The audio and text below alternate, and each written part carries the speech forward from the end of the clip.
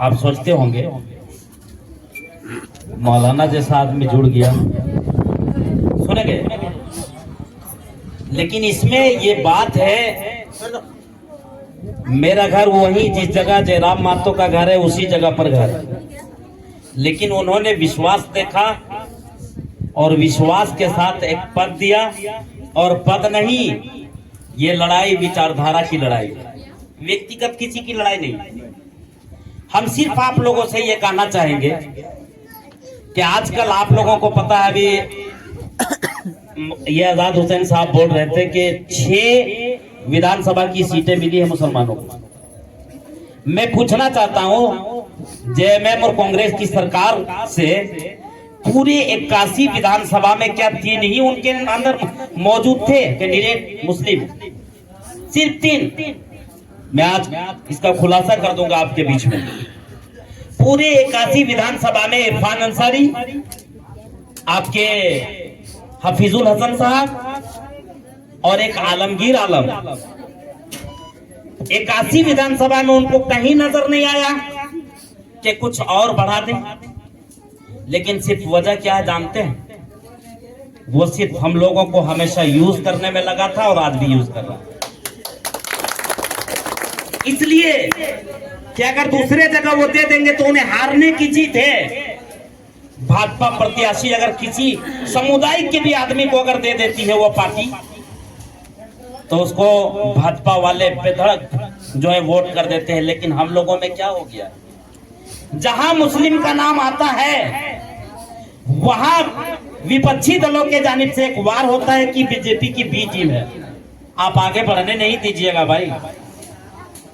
और साहब मुझे बताओ तो सही, जब इलेक्शन का टाइम होता है तो मुसलमान ही के खलियान में क्यों और जगह पर क्यों नहीं आप 4 साल 4.5 साल मुसलमानों के साथ संबंध कैसा रखे?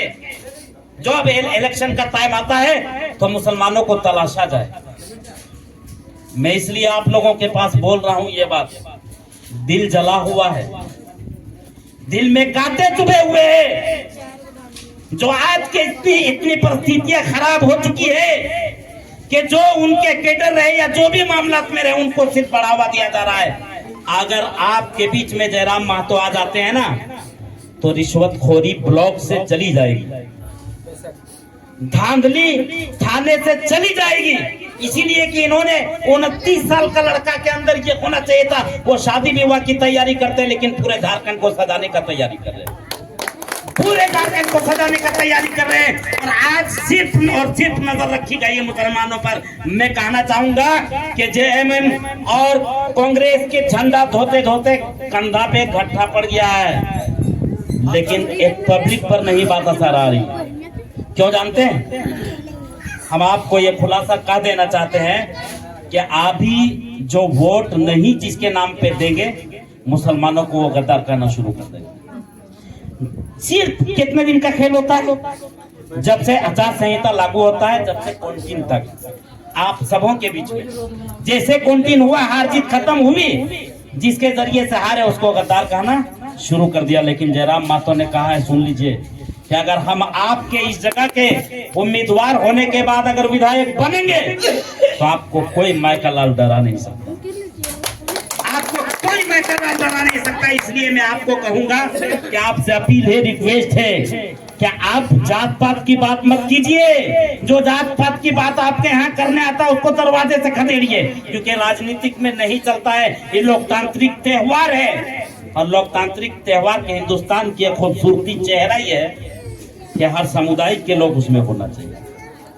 मैं आपसे रिक्वेस्ट करूंगा कि आपका अपना चुनाव चिन्ह छाप जो है कैंची छाप है, आप उसमें बटन दबा करके जयराम महतो को विजयी दिलाएं और भारी मतों से विजयी दिलाएं। आते आते वक्त में जब चांद रात जिसे कहा जाता है, सुन लीजिए, ये भी जिसको चांद रात कहते हैं, उस रात में आपके पास बहुत लोग आएंगे।